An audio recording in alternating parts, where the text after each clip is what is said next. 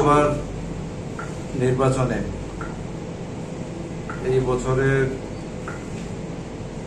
যে শিডিউল আমাদের আছে গত মার্চ মাসের 14 তারিখ থেকে 21 তারিখ পর্যন্ত নমিনেশন সাবমিশনের ডেট।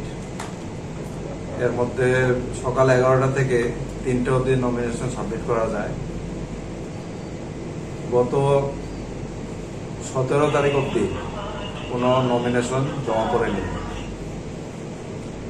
আজকে দুটো নমিনেশন, 2জন ক্যান্ডিডেট মোট 4টে নমিনেশন পেপার জমা দিয়েছে।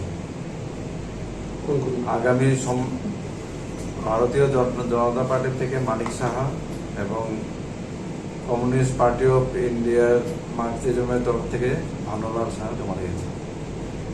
আগামী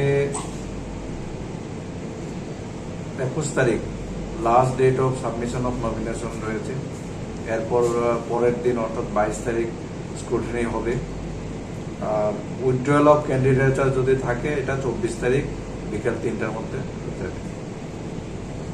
তারপর ভোট হবে যথারীতি 31 তারিখ এই আমাদের বিধানসভার লবিতেই হবে। আর কাউন্টিং ভোট শেষ হবে সকাল 9টা থেকে 4টা অবধি চলবে। 5টা থেকে আমাদের কাউন্টিং শুরু হবে। ধন্যবাদ।